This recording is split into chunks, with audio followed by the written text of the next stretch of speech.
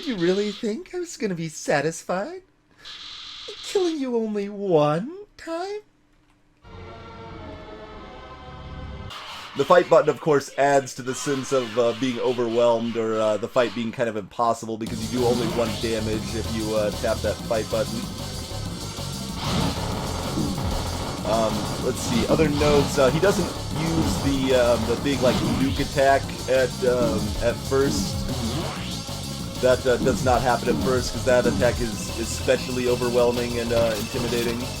One thing here, I think that this should be an easier to avoid attack.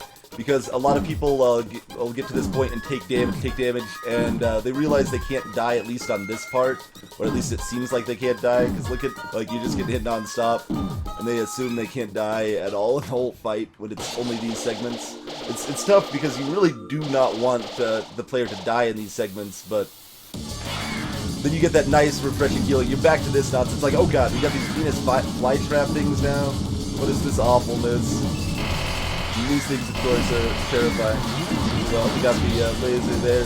These are the ones I actually had the most trouble with myself. These bouncing green things with the crazy-ass mouths. So we're gonna die again. Flowey's got a lot of things to say.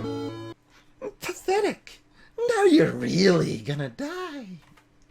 Now we got the nukes. The nukes also have little Flowey faces on them, which I think is a nice subtle touch.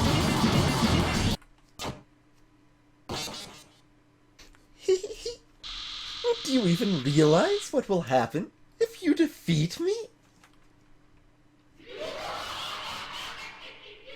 Don't you get it? There's no such thing as happy endings. This is all that's left. Are you really that desperate? And if you notice, it also skips the game over screen at this point. Are you letting me kill you? On purpose? Sicko! Honestly, fighting you is pretty fun. So even if you are a sicko, I'll take it. What else you got to say, Flowey? Maybe you're wondering if I ever get tired of winning. Wanna see my answer? Okay, that's probably the last text. That's perfect. That's perfect. Don't you have anything better to do? And now we introduce the save stage.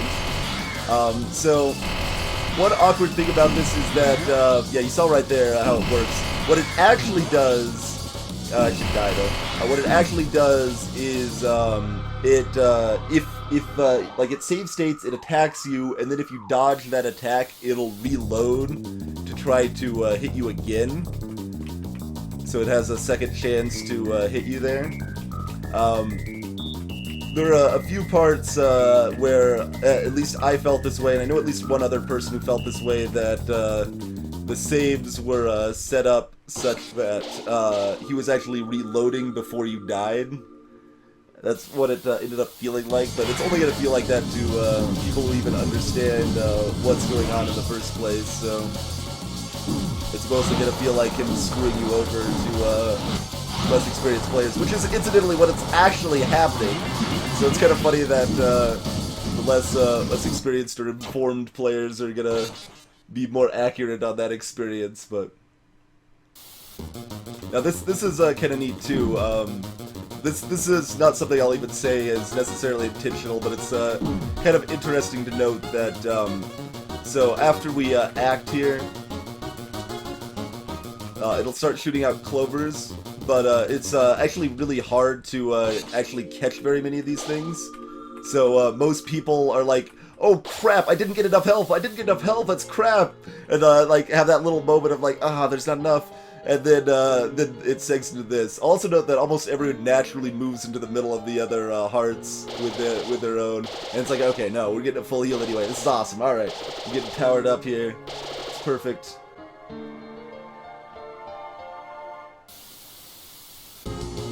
Flowey's defense dropped to 0. Now, pay attention to this fight section here. The attack is actually very dodgeable to start. Gives you like a little a moment to kind of get used to hitting the fight button here, and pay attention very closely to the music and how it aligns with the fight patterns here that Flowey's using. So he's still just using the same little star pattern that's really pretty easy to dodge overall. Those two patterns. But pay attention to the music. This is one of my favorite parts of this fight. Right here.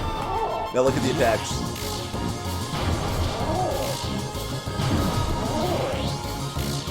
They kick into high gear.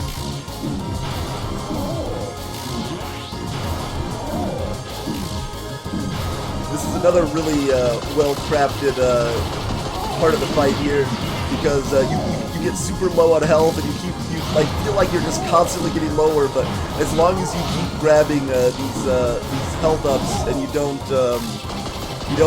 like I could actually stand here and just pick up the health ups if we want to kind of get rid of some of the magic in this fight. But as long as you keep getting those health ups, you're not actually gonna die, and most people will manage to and then never die on this section, even though it feels really overwhelming and really intense.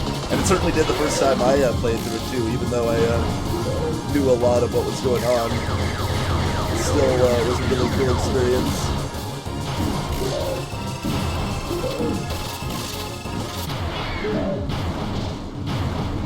I should have tried to get a double KO. Actually, that's what I should have tried for. That's okay. What if I actually close the game right now? I'm gonna try that. Quitting. Let's take a look. I've definitely never seen someone try this, so let's see what happens when we do that. Don't you have anything better to do? Alright, goes back into the last section of the fight, I guess. Really gives you the feeling of the triumph and success over the fight as it's kind of building up, and it's like your life is at 0, but you're hanging on by a thread and you manage to pull it out. It's a really, really well-crafted experience, I think. You! And once again, expectations subverted once more. You! Would you stop that? Anyway, you're hopeless. Pay attention to the words used here, too. Hopeless and alone. Golly, that's right. You're worthless, friends. Can't save you now.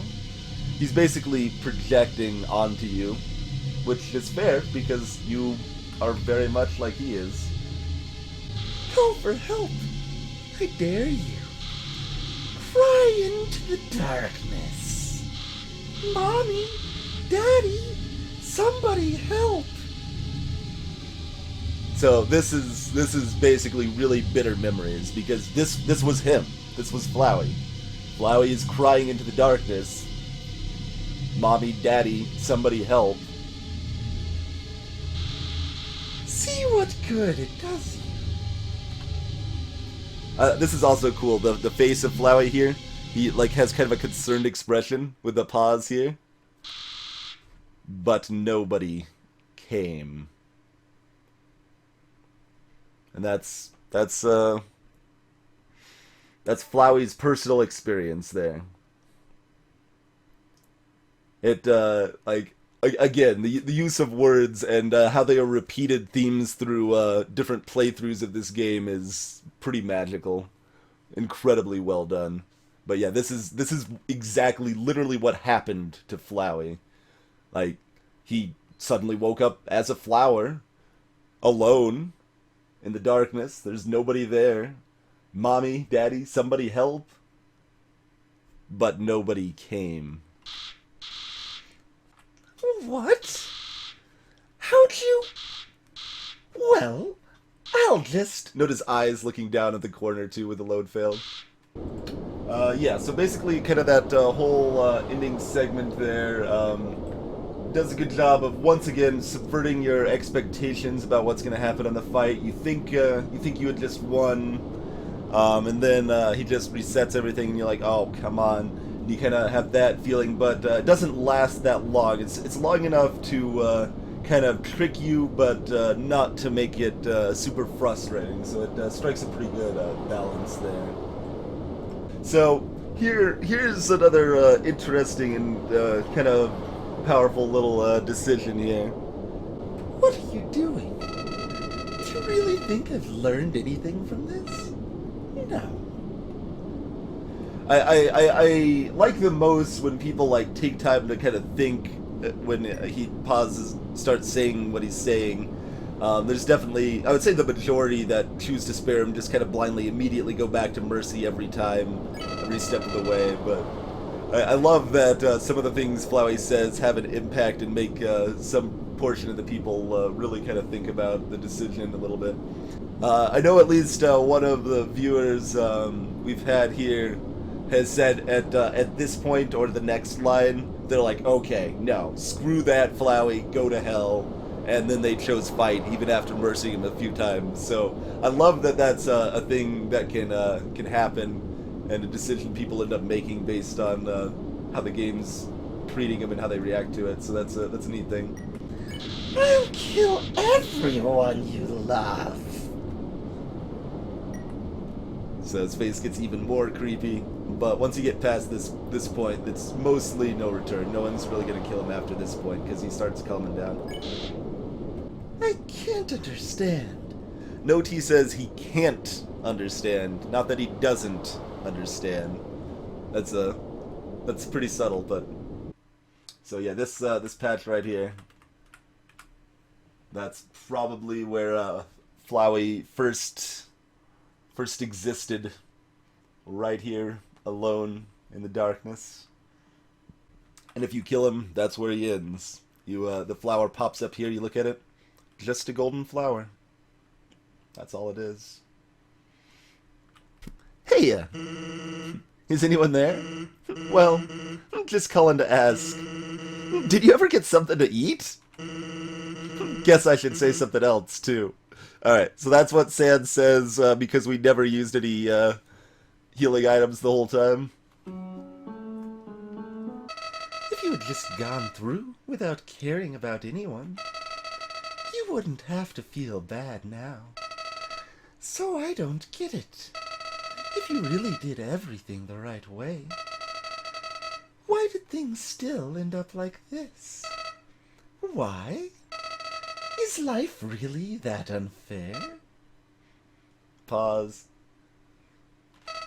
Say, what if I told you I knew some way to get you a better ending?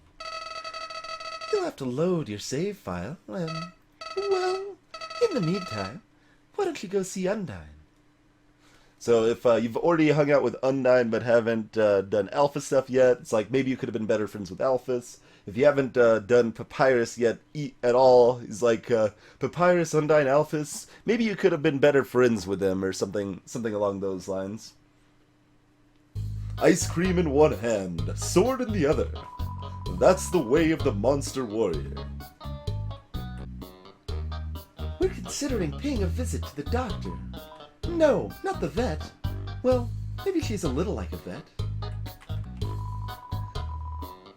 Okay, yeah, this is all new text. I haven't seen any of this before. She hasn't been responding to our letters. Maybe it's because we let Doggo write them all. Letters from Frogget, Snowy, Doggo. He may not look like it, but this big guy writes the most eloquent letters. Here, take a look. It's just the word bark, but in flowery cursive.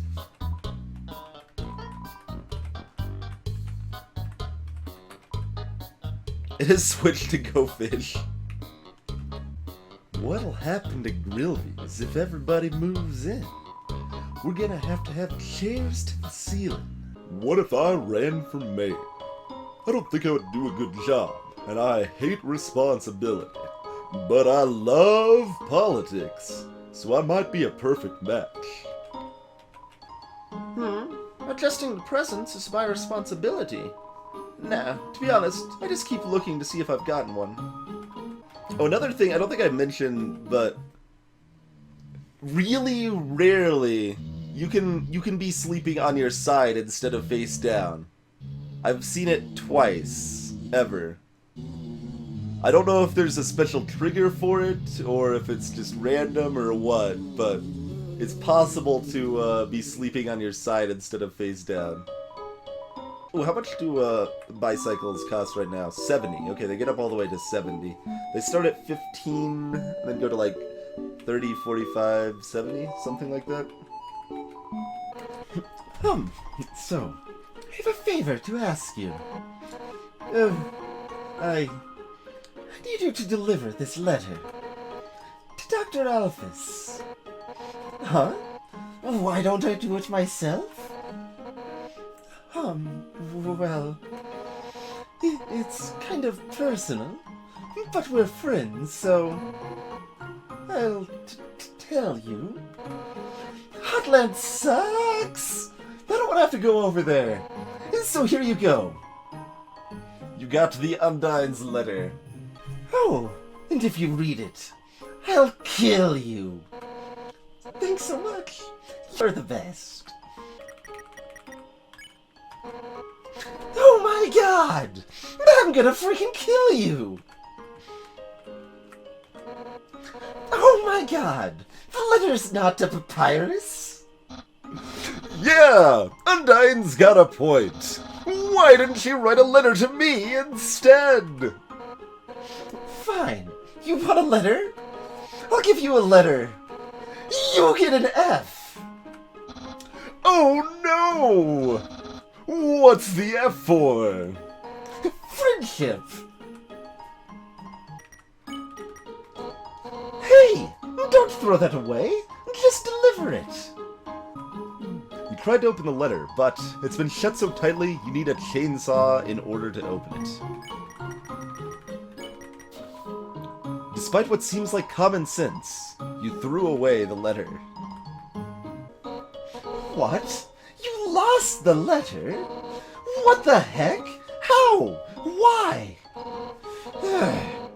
This is unbelievable. I should be really disappointed in you. But, to tell you the truth, I'm kind of relieved. While you were gone, I actually wrote a way better letter.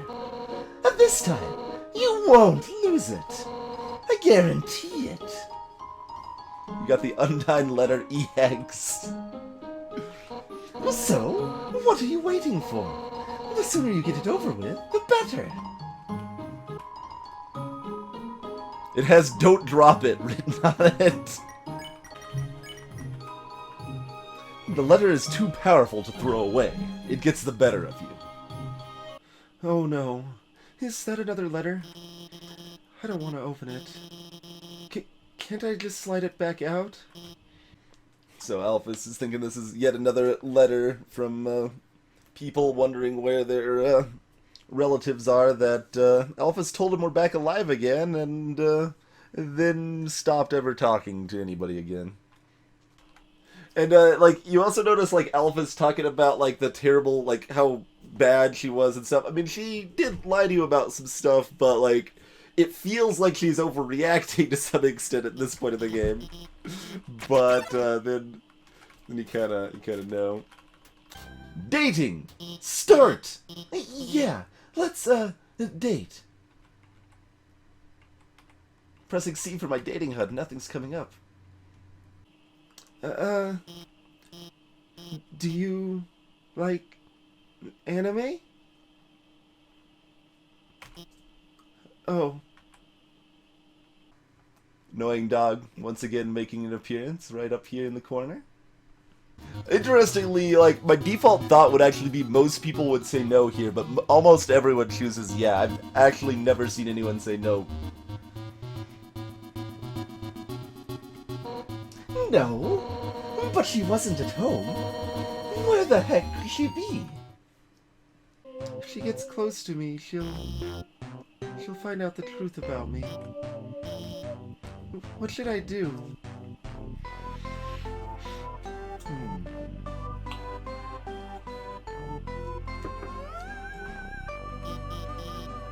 Yeah, you're right.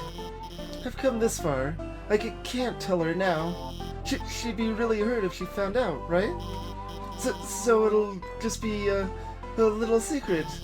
What people don't know can't hurt them. But thank God I've got an honest friend like you.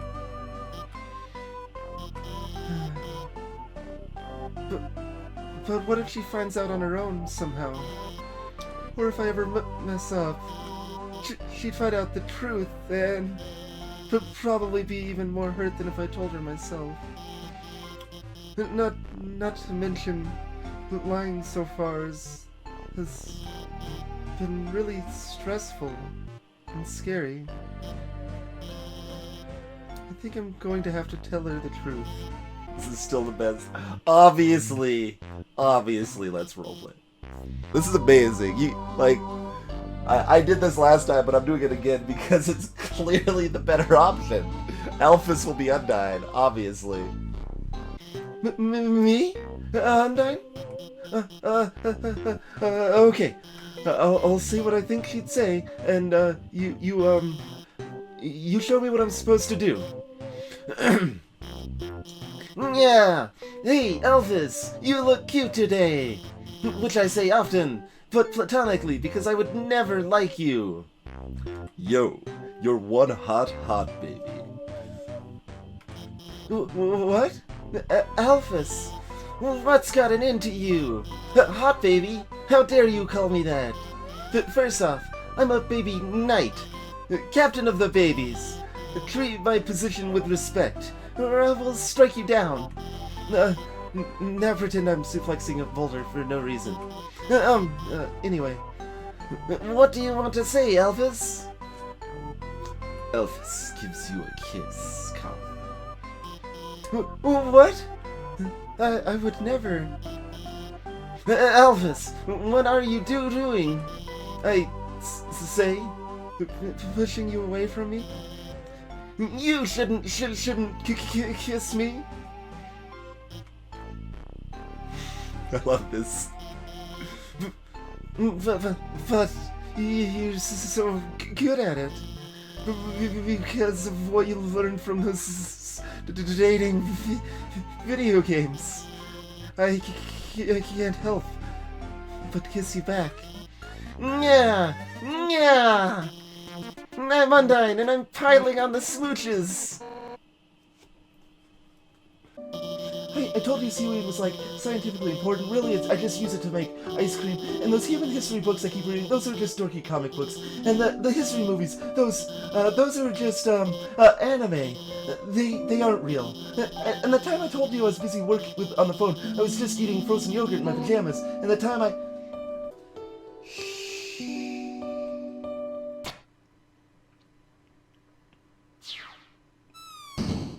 I love the hoop.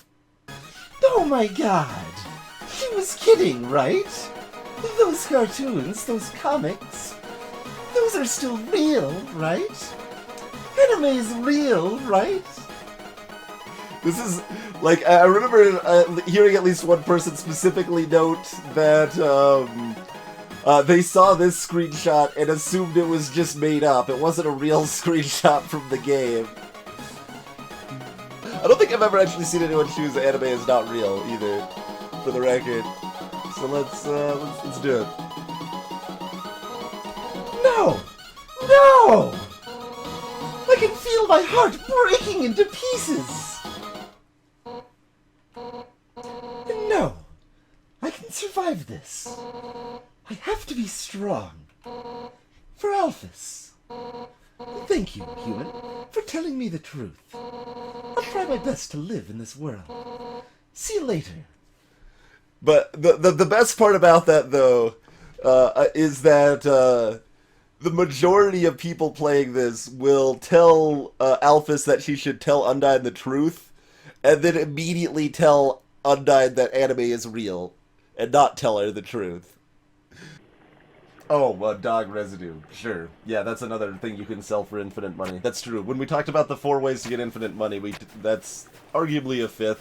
So we probably should have mentioned that as a 5th way to get infinite money.